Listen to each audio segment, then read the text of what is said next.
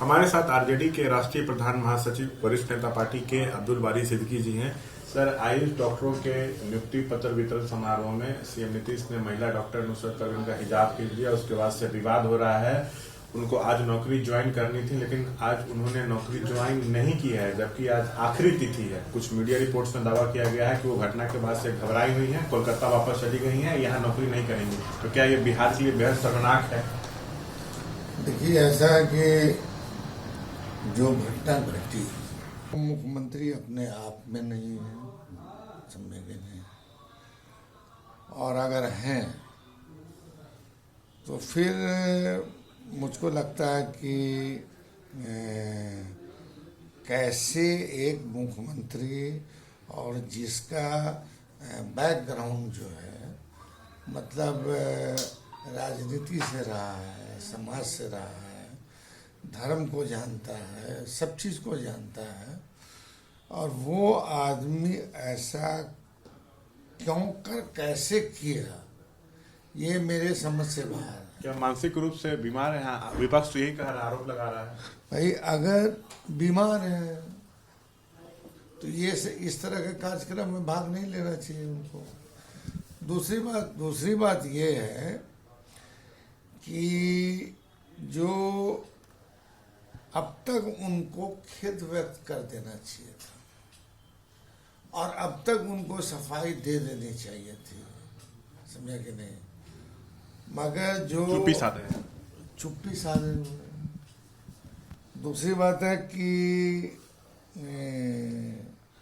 जो एक धार्मिक आस्था का जहाँ तक जिसका भी सवाल है, तो ये देश जो है सेकुलर है, संविधान के हिसाब से सबको अपना रीति रिवाज, पूजा पाठ करने का अधिकार है।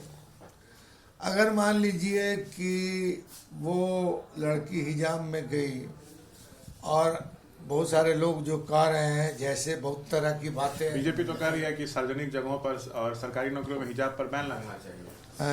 हिजाब पर बैन लगना चाहिए। अब भारतीय जनता पार्टी की चले तो क्या क्या करेंगे? भारतीय जनता पार्टी तो संविधान की कसम खाती है और संविधान की धज्जियां उड़ाती है। रही बात की, जब ये डेमोक्रेटिक सेकुलर कंट्री है, हर आदमी को अपना रीति रिवाज, धार्मिक आस्था मानने का अधिकार है, और अगर वो डॉक्टर आई हिजाब में, तो ये तो बड़ी बात है कि साहब उसने अपनी कायदे को मेंटेन रखा। और अगर इनको मतलब चेहरा भाई ये लड़की वो है या नहीं है, तो इनको रखना चाहिए। लेडीज डॉक्टर्स को रखते, लेडीज स्टाफ्स को रखते। मगर अब जो भी जिस तरह की बातें भारतीय जनता पार्टी के जो अच्छे लोग हैं, वो अच्छी बात कर रहे हैं, मगर जिनके दिमाग में फतूर है, वो इस तरह की बातें कर रहे हैं। मतलब सबको जो अधिकार है उसका वो पालन कर रही है, नकाब में है।